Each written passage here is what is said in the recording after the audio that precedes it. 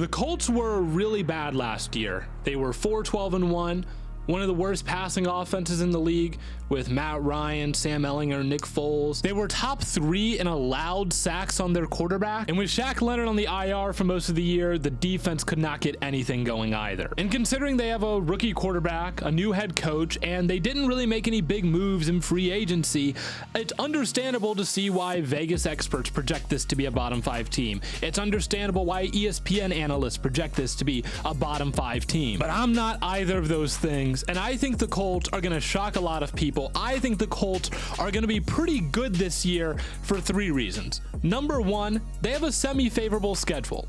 Number 2, they're healthy. And number 3, that coach and that quarterback that they brought in, I think pair really well together. First, we're going to take a look at their schedule. And I think you could make this point that the entire AFC South has a favorable or an easy schedule. But I think a large part of that, not all of it, but a large part of it is for the same reason why the entire NFC East projects to have a really tough schedule. They all play each other. And if we're looking at the AFC South, none of these teams performed particularly well last year, except for the Jags.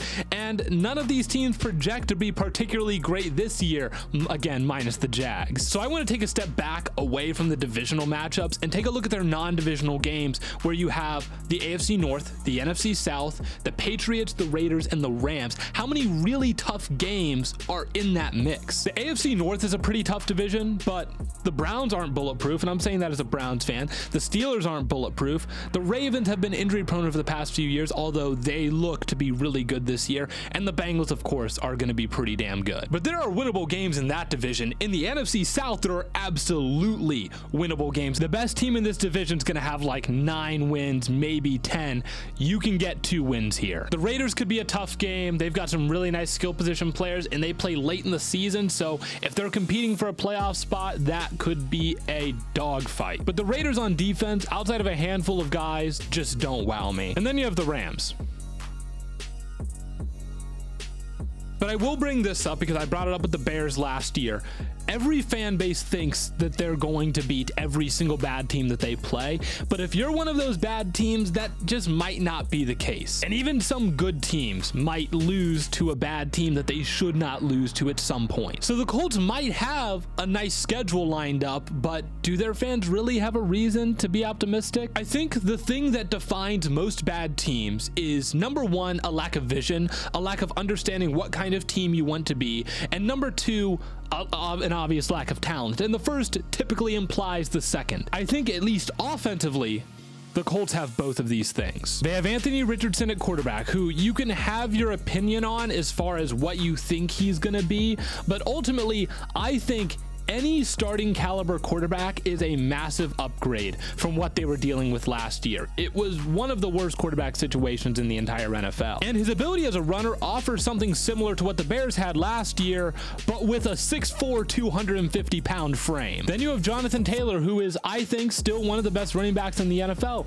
Then you have Michael Pittman as your wide receiver 1, who caught 91% of his on-target passes last year. That's top 10 in the NFL. Then you have 3 other young, promising pass catchers with Alec Pierce, rookie Josh Downs, and Jelani Woods at tight end. And I know the offensive line underperformed last year, but you still have Quentin Nelson at guard, who is still one of the best at the position. And then if we want to turn to the defense, you of course have Shaquille Leonard, who's one of the top linebackers in the NFL. You have DeForest Buckner and Grover Stewart, which is a nice 1-2 punch at the defensive tackle spot. And then you have Kwity Paye, who got billed as a breakout candidate last year, but is still a pretty solid edge defender despite not reaching those heights. And all of a sudden, this Colts roster looks to be pretty dang good. But the most important thing about it is that it's healthy. And you might be thinking, Blaiden, why are you bringing this up? The Colts were not that banged up last year. If anything, you might even remember the Titans being the team that really was plagued with injuries last year. So maybe I should rephrase this to saying that their best players are healthy. Because as you remember, I mentioned Shaq Leonard's on their defense. Well, guess what?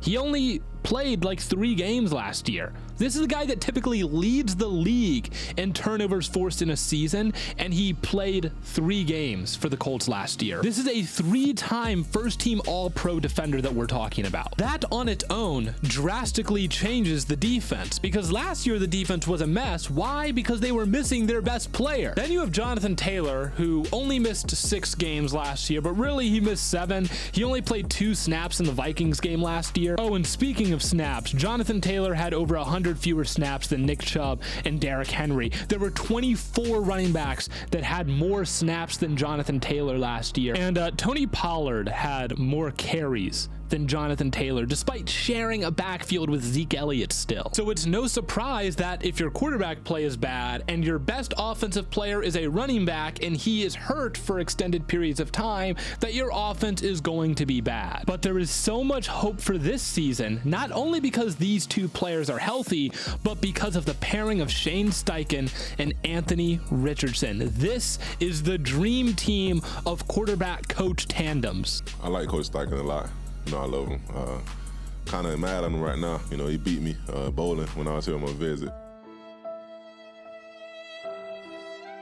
Shane Steichen has a pretty good history when it comes to working with raw quarterback prospects. As the offensive coordinator for the Chargers in 2020, he had Justin Herbert. Guess what happened? He won Offensive Rookie of the Year. In 2021 and 2022, he was the offensive coordinator for the Eagles. He had Jalen Hurts and turned him into one of the most dynamic quarterbacks in the entire NFL. He goes from one season, 2021, having one of the most inaccurate deep balls in the entire league, to in 2022, they have one of the best deep passing attacks in the entire league. Now, you could attribute this to their receivers being able to make plays on these downfield passes, but do the Colts not have guys that can track the football downfield, make plays on these deep passes? We know Michael Pittman can be a great downfield threat. He has a big catch radius. We know Jelani Woods is 6'7", and with Alec Pierce and Josh Downs, you kind of have access to all levels of the field. It just feels like Anthony Richardson is in a great position to succeed. Obviously, he isn't going to win an MVP as a rookie. That's ridiculous. But with the resources in Indianapolis, Jonathan Taylor, this receiving room, Shane Steichen, all at his disposal, there really isn't a lot of pressure to carry this offense right away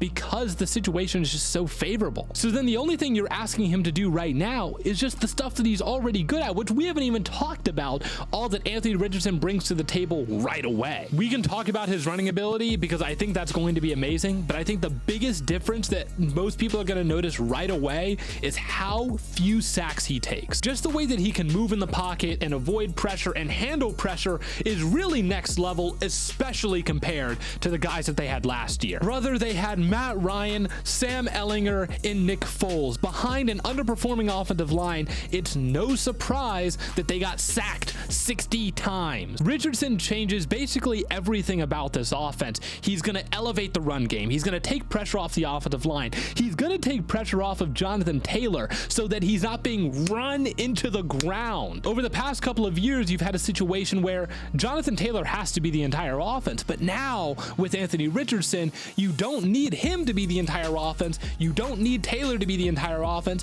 When you need to lean on one, you can, but really they both complement each other. And here's a quick bonus point because we did talk about the offensive line and how it's underperformed this year despite having some really good players like Quentin Nelson. The Colts brought in Tony Sperano Jr. to fix some of these offensive line problems. He was an assistant for the Giants last year and for the Panthers the season before, so they're hoping that he can bring things back to normal. I'd like to wrap things up with a quote from ESPN's recent power rankings where they say, "The reality is, the Colts offseason has been defined by its lack of major upgrades from last season's 4-12-1 campaign." If you want to say they didn't make any major free agency acquisitions, that's fair. But to say there aren't any significant upgrades from last year is just straight up not true. They're getting back their 2 best players that missed large chunks of last year. They've brought in a new offensive-minded head coach that pairs really well with their new, young, talented quarterback. And they have the opportunity to let their new guys cook against a favorable schedule. The expectation for this Colts team seems to be borderline bottom feeder, but I just don't see the vision for that. They should be a very exciting team to watch, and I think could even compete with Jacksonville for being the best team in this division.